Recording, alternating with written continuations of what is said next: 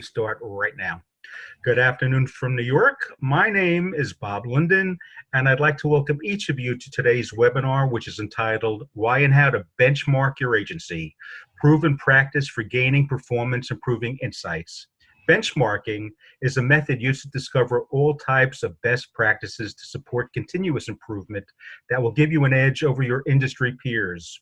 Today's webinar leader is Laura Patterson, who has been helping agencies and marketers benchmark their way to the forefront for over 25 years. Before we start, some housekeeping. You can hear us, but we cannot hear you. If you have any problems viewing the presentation on your computer, it could be a firewall or security issue on your end, and you may need to contact your IT person. If you need to contact us via an email, please send an email to bob.linden@filamentinc.com. We'll help you if you have any technical issues, and if you disconnect for any reason, just go back to the email invitation and log in again. Our webinar leader today is Laura Patterson.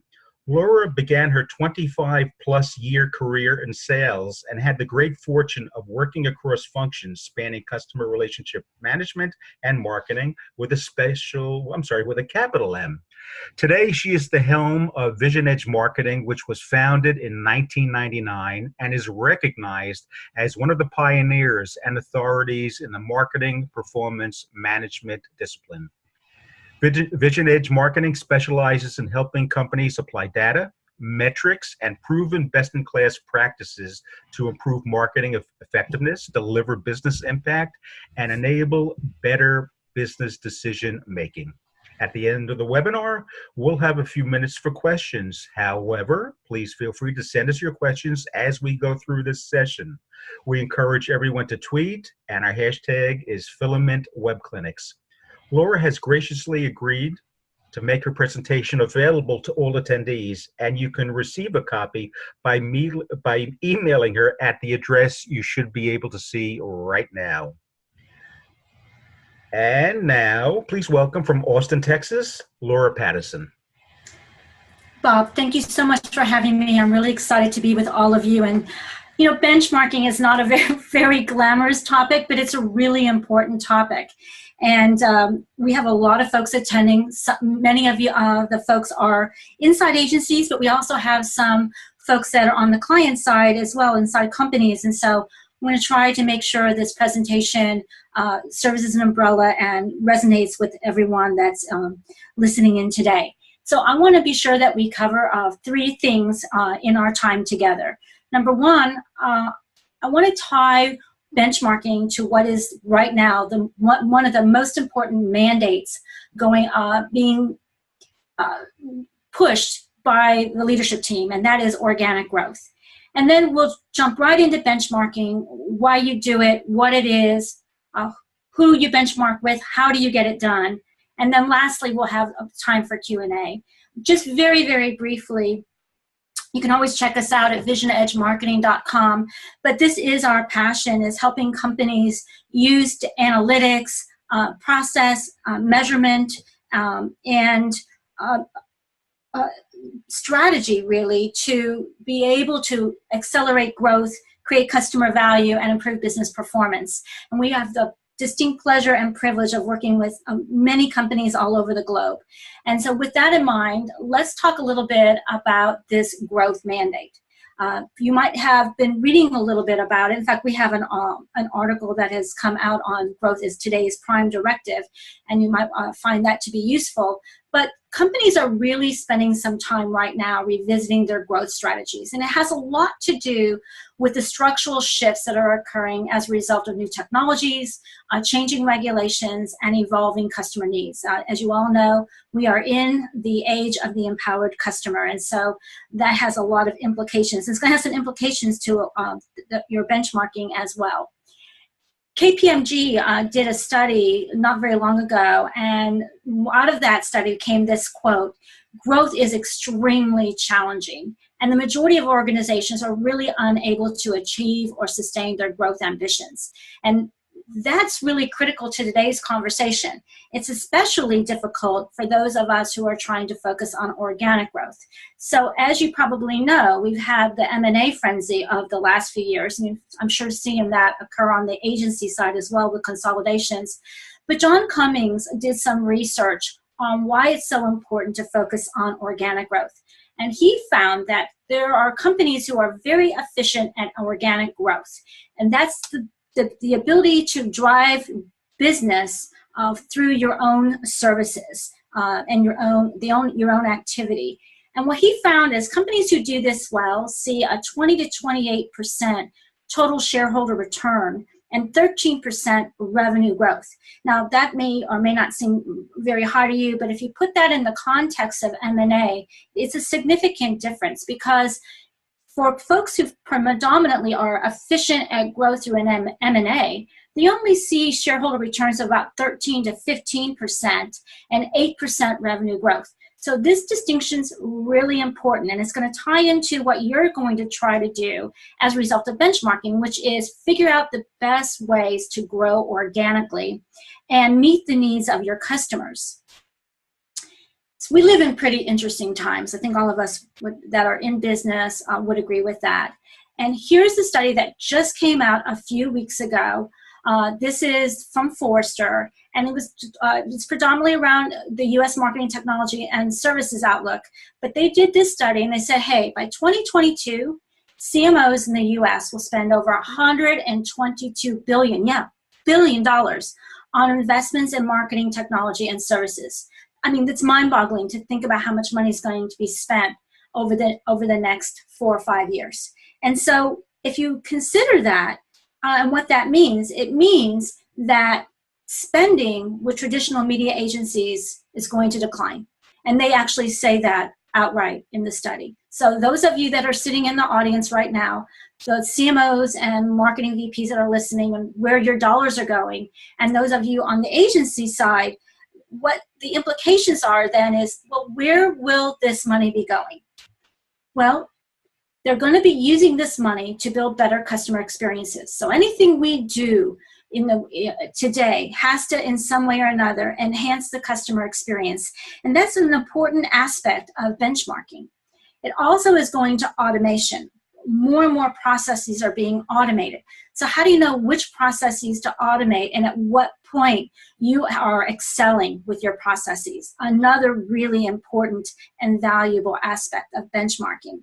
And then huge amount of effort is going into investing in innovation. I'm spending a tremendous amount of time with agencies and customers, corporate customers, on innovation processes, and what it means to build an innovation strategy and benchmarking innovation.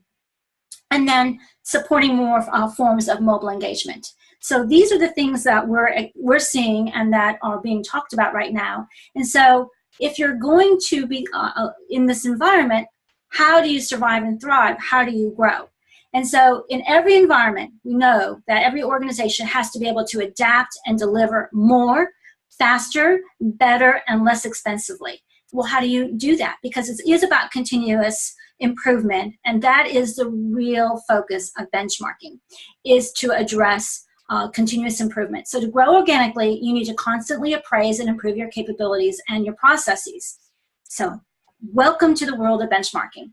Now, we know that high-performing organizations thrive, and we know from research done by the High Performance Organization that HPOs, those are high-performance organizations, achieve better and more sustained growth than their peers on all types of metrics, both financial and non-financial.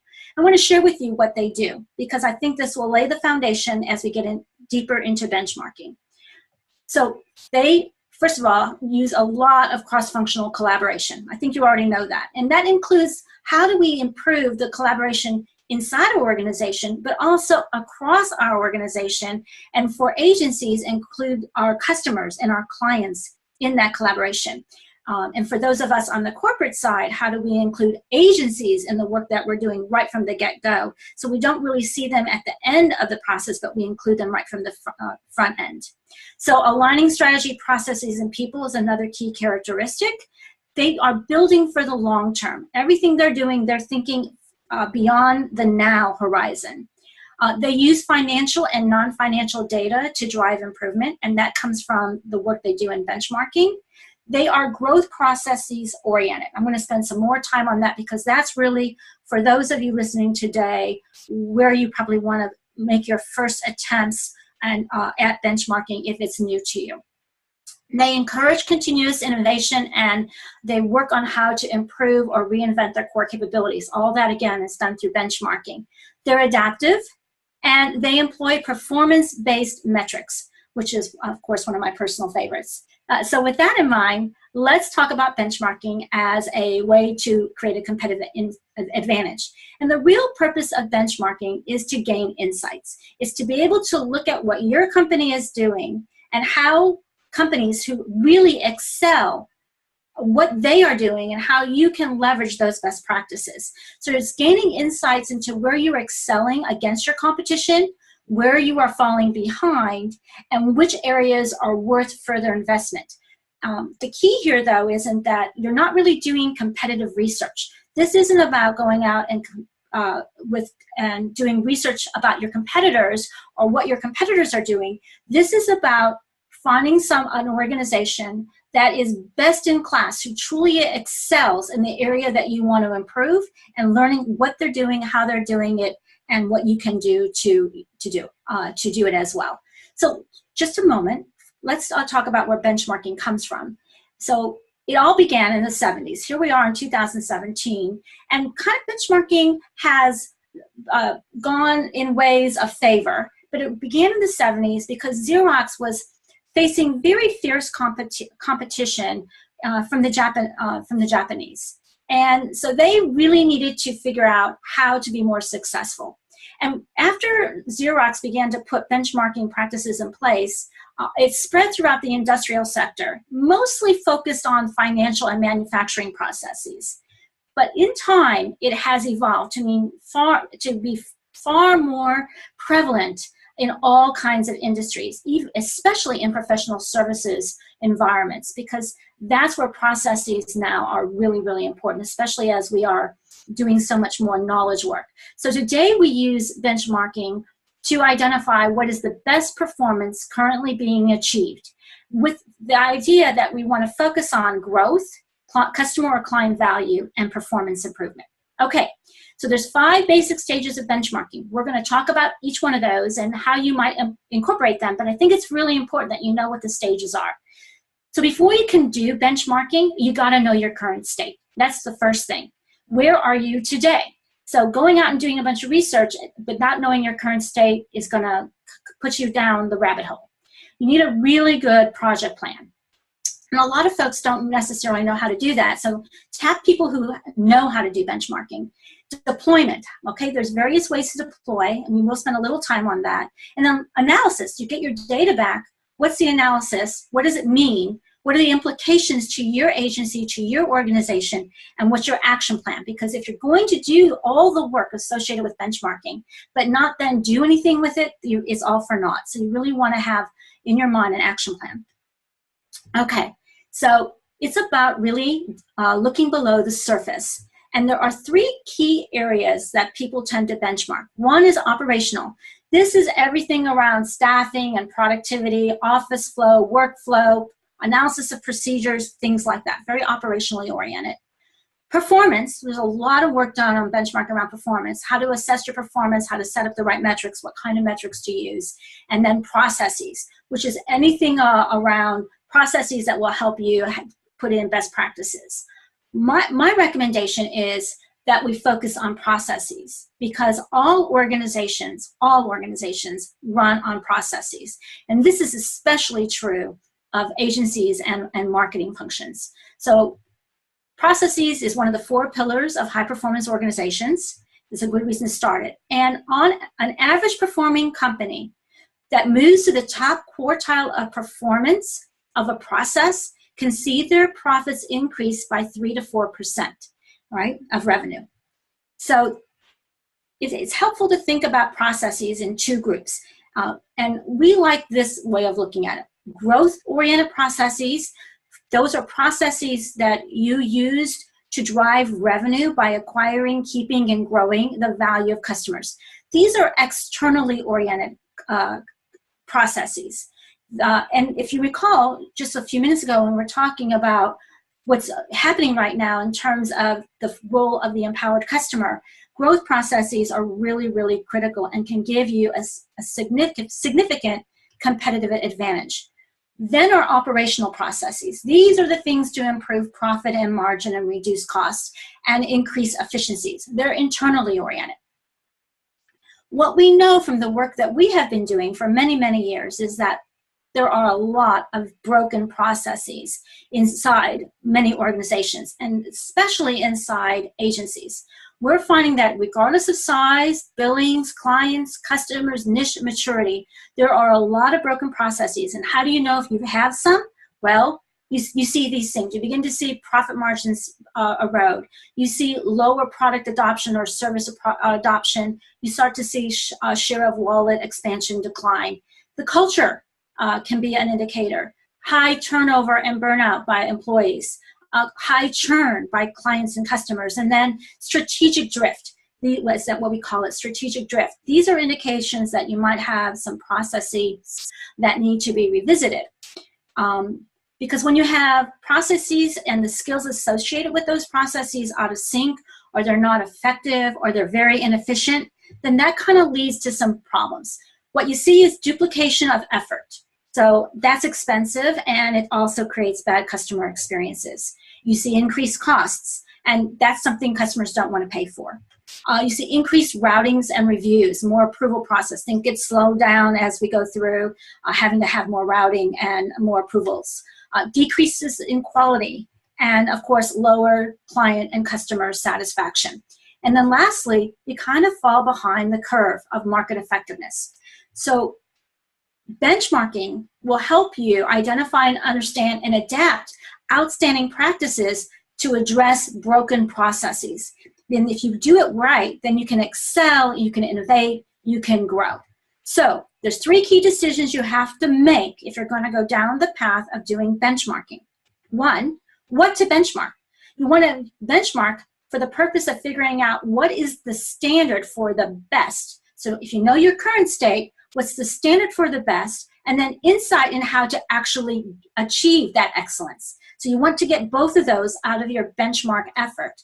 You have to make a decision about who you're going to benchmark against. So we're going to talk about all 3 of these, and lastly, how to do it.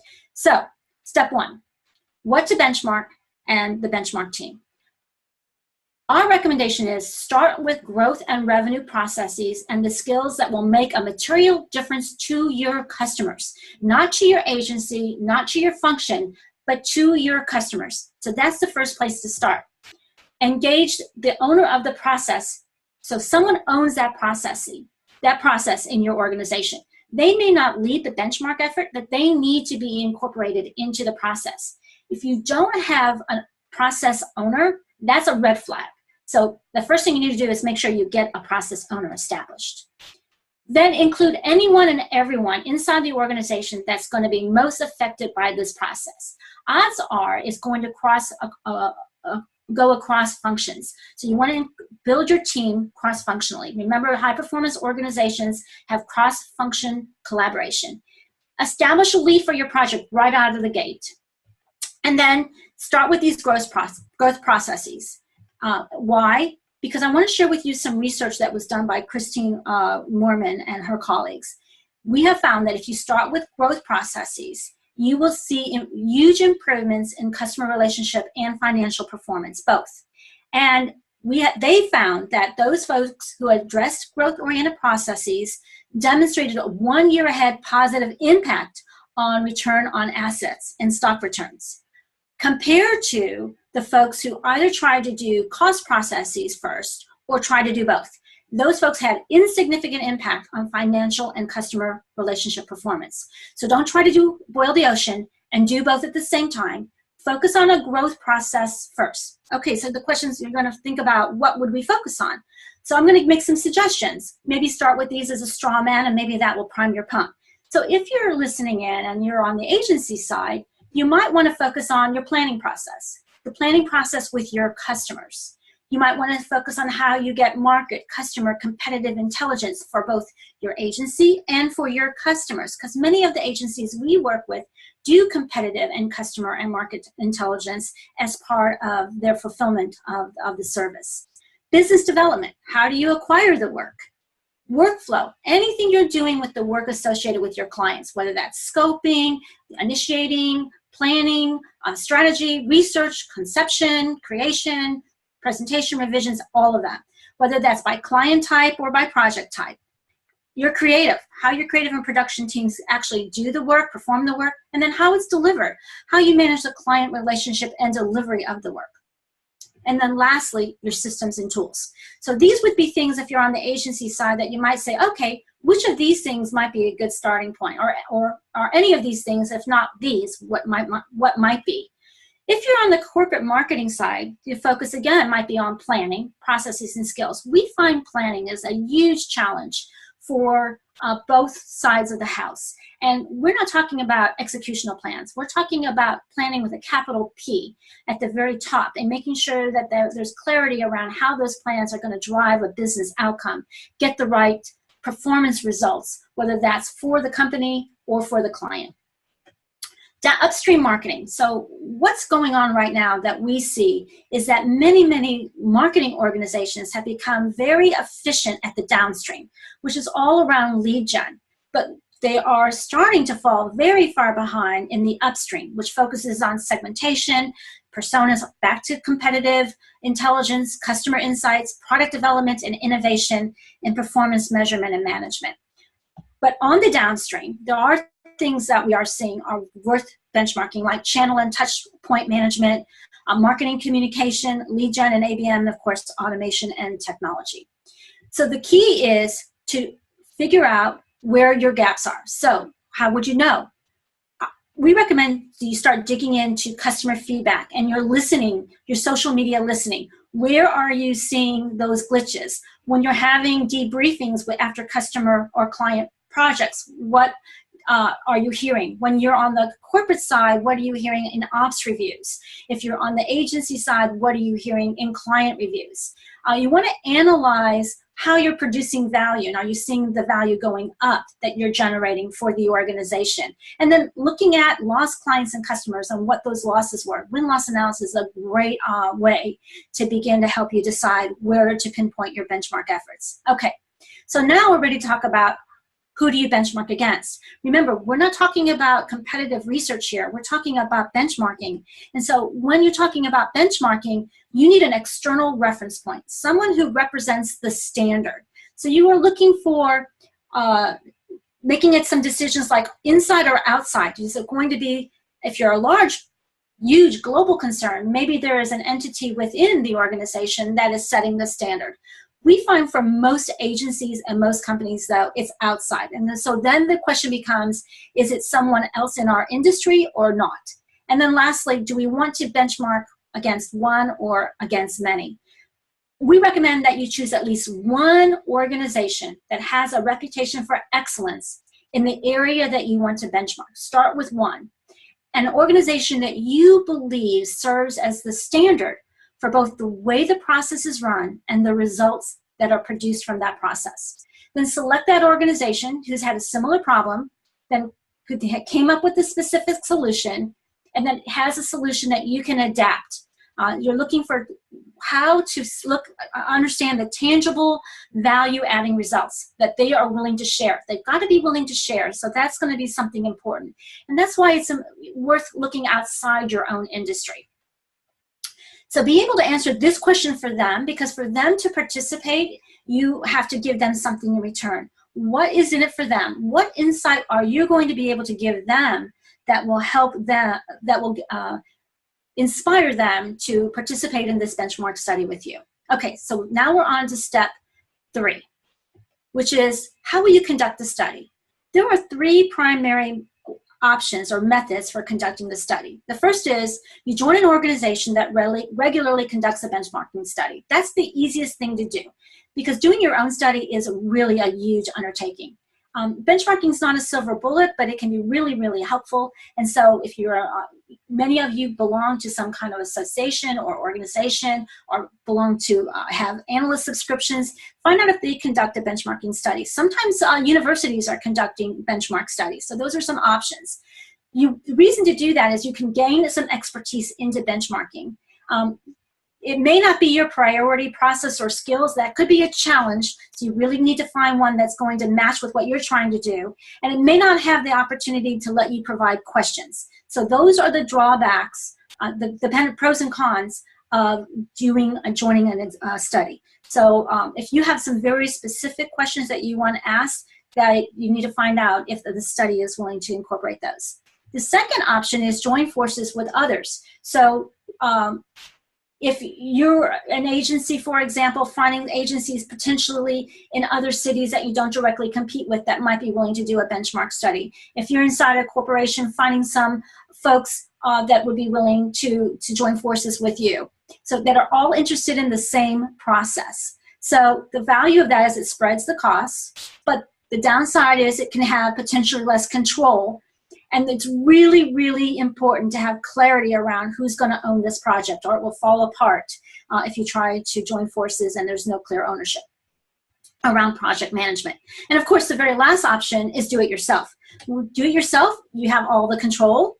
It is expensive. I'm not going to kid you. Benchmarking is not a cheap thing to do. It's a worthwhile thing to do. And if it's going to make a huge difference and see to it that you are going to be able to excel and deliver more value and grow, it can be very worth it.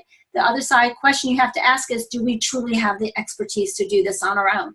If not, and you want to do it yourself, you need to find someone that can help you do it.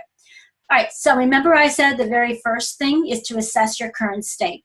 So for every option, whether you're doing joining an existing benchmark study, joining forces, or doing it yourself, you need to conduct an audit. You need to know what your current state is, and then you need to review all your existing data around the process that you are going to benchmark, so you understand where the challenges and gaps are. And then I also highly recommend that you review any existing benchmark studies out there, because there's lots of them. Go back several years, if not just this year, but go back 3 to 5 years. Look at all the benchmark studies and discover baselines. And the reason you want to do that, you want to see over time whether there's been improvement or it's just more or less stayed steady. So that's going to be really important. So after you assess your current state, then you need to develop the plan. Remember, that was step 2. And if you're doing option 2 and 3, you need to develop the plan. If you're doing option 1 and joining an existing benchmark study, they already have a plan. So in this situation, you want to set expectations. Quantify the expected value of the change. It's really important to do that at the very beginning. What will be different as a result? How will we know that we are making improvements? Define your critical success factors at the onset. So how will the results of the study, how will success be measured? And then develop a very detailed project plan, like you would anything else, and then secure your potential benchmarking partners. Remember, you're going outside, potentially outside your industry, so you want to start those conversations very, very early, and who you're going to use as your standards.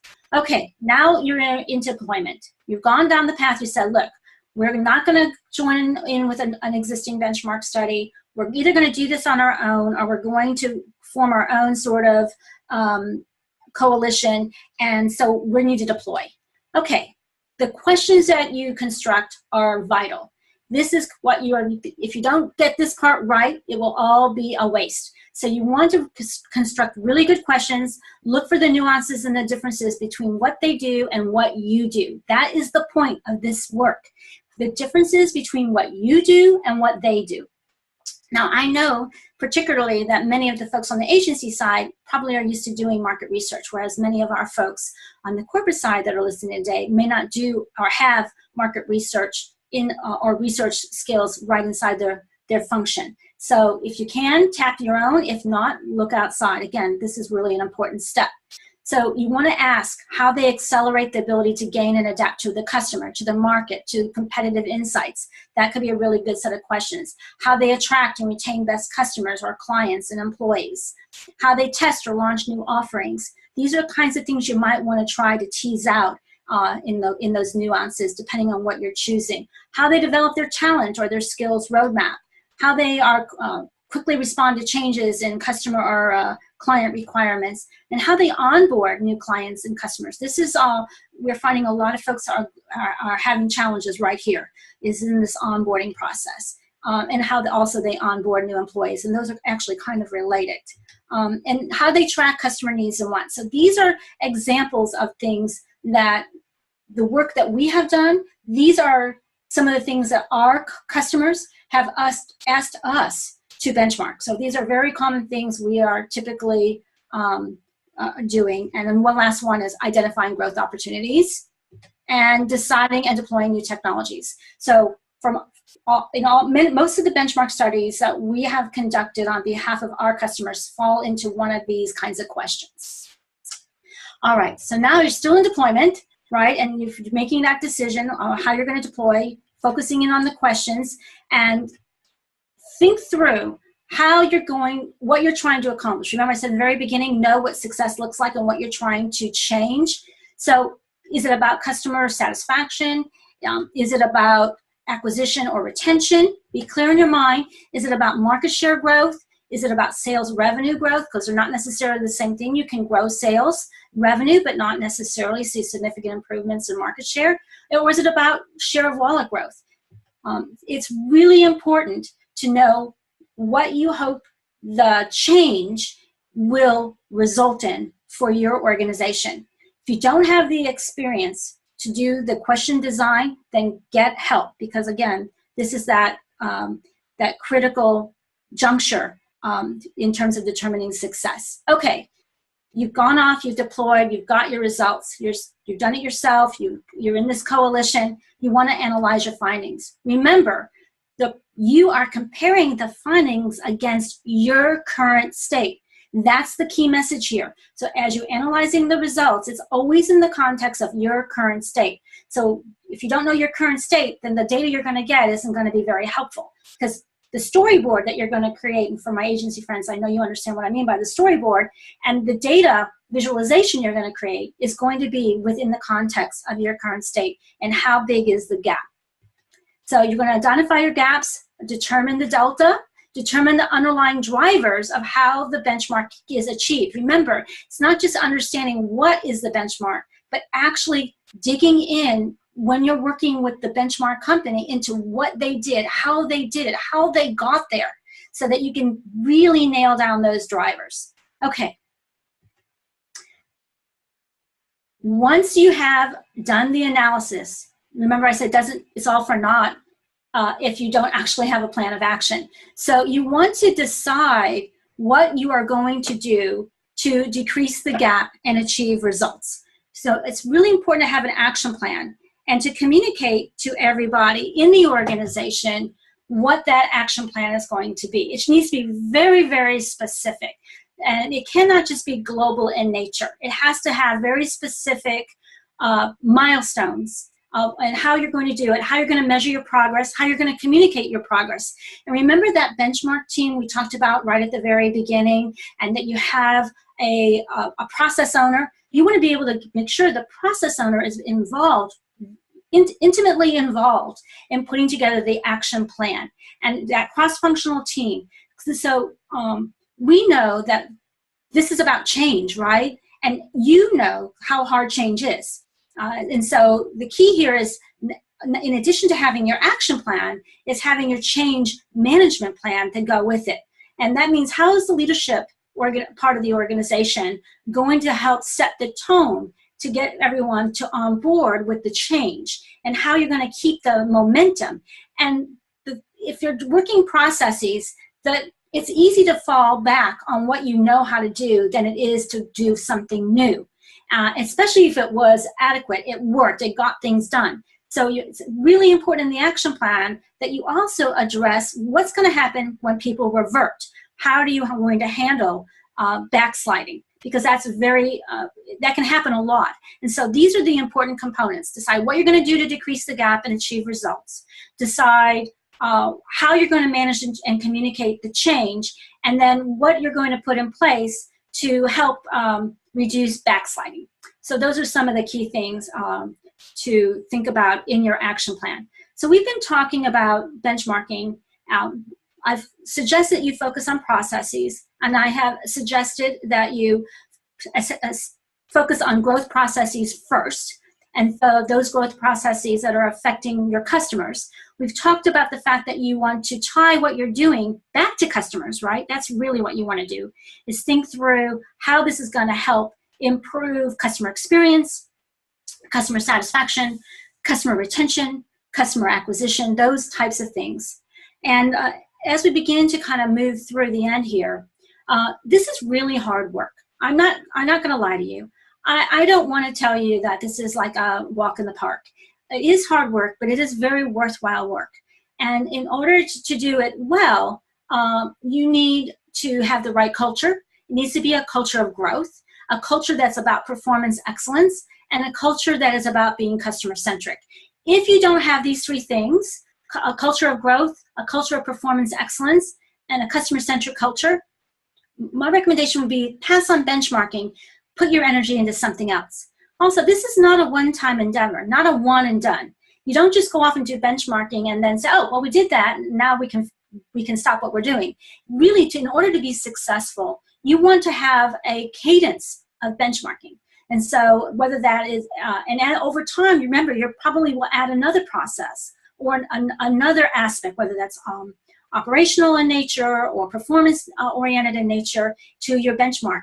And so initiative. And so over time, you may have more than one benchmark study in play. And so you want to be able to be sure that you can keep that cadence so that you can continue to measure your own progress. And keep in mind that the people who are working at excelling at that process, they're going to continue to strive. Remember that high performance organization? They're going to continue to strive for the next point of excellence. And so the benchmark's going to change. So you're making progress, but they're making progress. And so continuing to figure out how you can move sort of the ball down the field, so to speak.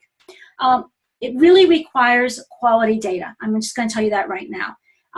You have to have that quality data right at the very beginning in order to assess your current state. Because if you don't have the quality data at the very beginning, having quality data as a result of the benchmark won't help you because you won't know the delta. You don't know how wide a gap. So here's the thing. You do your benchmark study, and if you find out the gap is very small. That's great. Don't take that as bad news. That means you're doing a lot of things right. And so getting that next incremental movement, you have to decide, how much is that incremental movement worth? It might be worth a lot. Don't think a small movement is not worth much. It could be worth a great deal. But what happens if your gap is really big? Then it might be kind of deflating and demoralizing. And you might say, oh my God, we'll never be able to get there. So you need to kind of say, okay, what's a first move that we can make that would put us on the path? And again, requires quality data to think that through. So these are some things to think about as we move into the end here. And I know there are a number of questions starting to pop up. And so I don't want to not get to those questions. I see them coming along. So here's what I'd like to do. I'd like to take one moment before I start answering questions. And I would like you to write down one takeaway, one thing you took away from this conversation. Because one of the things we've learned since being at Vision Edge Marketing since 1999 is that when we work with our customers and when we do this kind of work, if they don't write down the takeaway now, when you get back to the ranch, so to speak, and you start all that email and return all those voicemail messages, this is going to kind of become a faded memory. So write it down right now. What's one takeaway? And make it be, I know that some folks are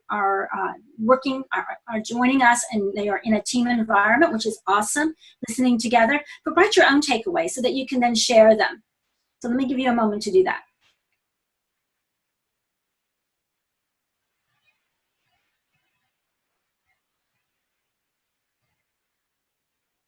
Okay, now what's one thing you want or need to do differently? Think about what's going on in your agency or your organization right now. One of the things is to trust your gut a little bit, your instincts. All of you are really, really smart people. Many of you are very experienced people. This is not new to you. What is it that is sort of glitches or hiccups that you're experiencing right now. If only we could do X, if only Y wasn't happening. So that kind of question, right? Think about that.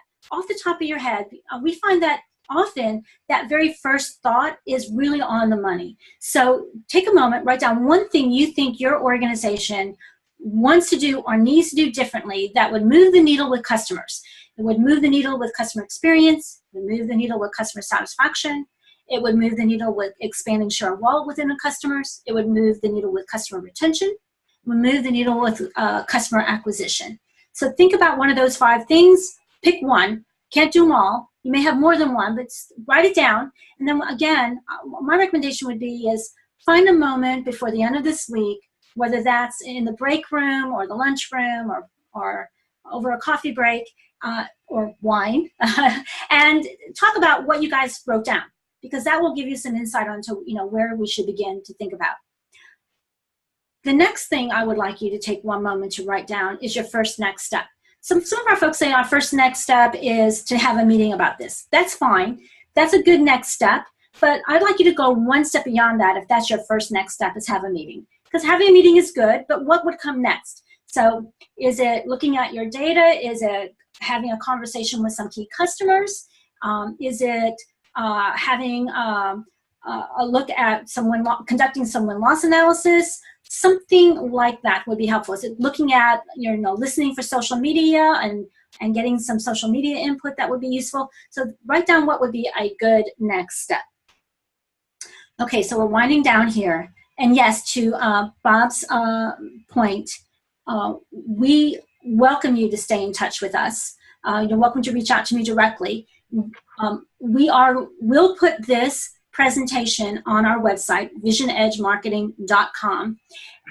If you go onto the homepage and go to the bottom of the homepage, you will see a link to presentations. You can access any presentation, including this one. To do that, you need to register. You need to be a member of our site. I know that we have some folks attending that are already members. You just need to log in and then you can download it.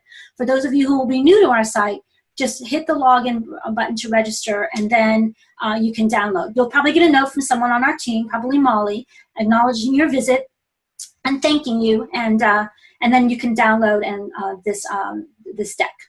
So with that, I know we have only a few minutes. We actually are at about 12:45 here to answer some questions, and I know that there are some questions, so I want to make sure that we can do that.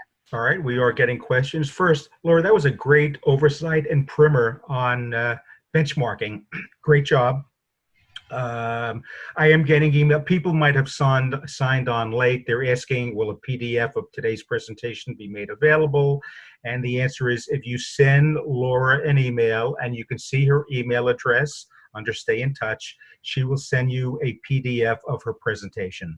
So I will not be sending it out automatically. If you want a copy, send an email to Laura, and she will send it. Questions are coming in. Let's go to the questions. If we decide to go with a process, what advice do you have for how to decide what to benchmark first? Okay, so I know we covered that ground really quickly, and that is a great question. My recommendation is to start with any process that is directly impacting customer experience. So inside agencies, that might be something related to account management, like how, updating customers, or it could be debriefing customers at the end of an engagement. It could be onboarding customers. Inside marketing organizations, it might have something to do with the touch points or the channels used to engage with customers. So anything that is directly impacting the customer experience is the place to start. And I usually suggest, asking the question, what is one thing that would help us be more successful with our customers or clients? What is one thing? And that might be worth that, having that meeting about, because this question, it's usually a catalyst for a much deeper conversation. It can help identify the gap, but it can also help you understand what's critical to driving your strategy. The whole point, remember, of benchmarking is it has strategic implications. So it can help you understand where to take a particular service line or practice, or in the months or years to come. And so you want to make sure that what you choose to benchmark has legs. And so you should be in support of your strategy and not orphaned from it. That would be one of my, I hope that answers that person's question. Okay, next question as they continue to come in. How can we make sure we get off on the right foot with a benchmarking initiative? That's also a really good question. So you have to have clarity and consensus around the purpose and value of a benchmark study. If you don't know why you're doing it or what its purpose is going to be when you complete it, don't start until you know that. So do that first. And then second, you really need a formal methodology. This is not something you just sort of like put something out on a poll on SurveyMonkey or run a social media poll. This is not what you're doing, or sit down and send out a customer survey. This is not that. This is really truly a benchmark methodology. And that means that you have to have know where you are today and who you think represents the best. That sets the standard. That's what a benchmark is. Sets the standard for what you're trying to accomplish. So the focus, think about that. The focus really is on, I lost my train of thought for a moment, on where we can get the most long-term value that's critical to our company's success. And where I was going was, who should you involve in that conversation? Try to involve the frontline people. Anyone who is directly facing customers or interfacing or interacting with customers, those are people you want to talk with and engage in this process. Okay, a question from Jerry. What is one of the most common pitfalls we need to avoid? One. Okay, well, Jerry thinks that's a good question. First of all, I would say that there are three really common ones we see pretty consistently. The first is that people try to make a benchmark effort cover too much territory. They think they're going to just do one, and they want it to cover a lot of ground.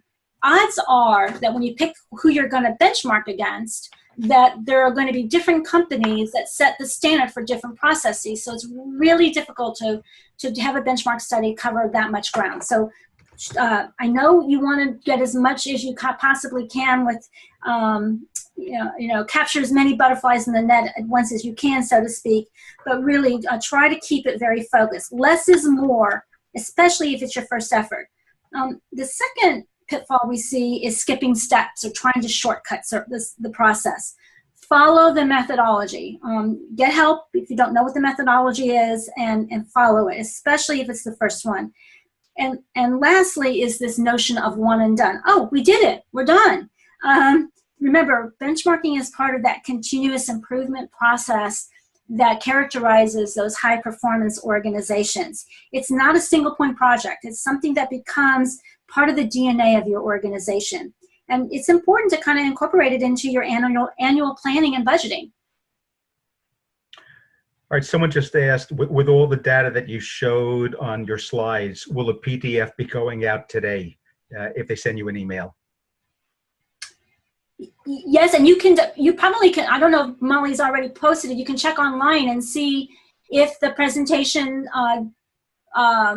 landing page already has it up. She might have already posted it. So if it's not already up, yes, it will be up today. And I know that some of you, I know we're covering a lot of ground. And this, again, as I said, is a kind of gnarly topic. It's not the typical topic. So I get that there's a lot of ground to be covered. Yeah, there was a question. There was a lot of ground that you covered. So, Laura, if you were to prioritize the first steps, and I know someone just asked you about how do we get off on the right foot with initiative, prioritize, put them in order for us. Okay, well, the first thing is to figure out what you want to benchmark. Remember the first key question I said, there's 3 decisions you need to make. Right. So what do you want to benchmark? And how do you know, and to figure that out, where are your gaps? So that could come from looking at your customer data. It could come from customer feedback. It could come from win-loss analysis.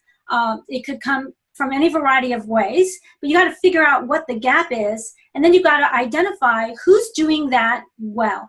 Who is sort of setting the standard for that kind of work? Because that's the kind of, identify a couple of companies, because the first one may not be willing to do a benchmark study with you. So that's the first thing. What's the gap? What is it we want to benchmark? then what's our current state? Remember, no point in starting a study if you don't know where your current state is right now. So do your current state. That's the second key thing. And then you can go from there. So those are the first two things you need to do. Okay, as questions continue to come in, what is the difference between benchmarking and competitive intelligence?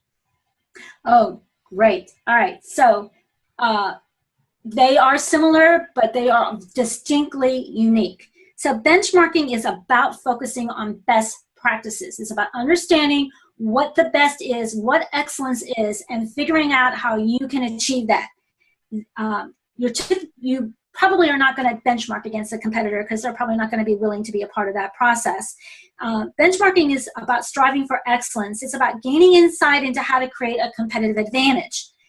It's really used to compare your business process and metrics to a top performer, often that's not even in your industry, right?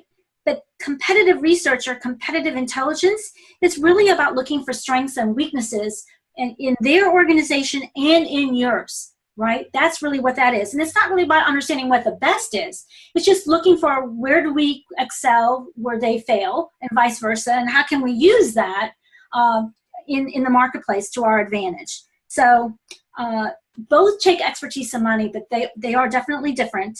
And the competitive information is something that you can do. That is within your industry. But benchmarking is going to be from potentially and more than likely outside your industry. Okay, next question. It's clear that this effort takes time, expertise, and money.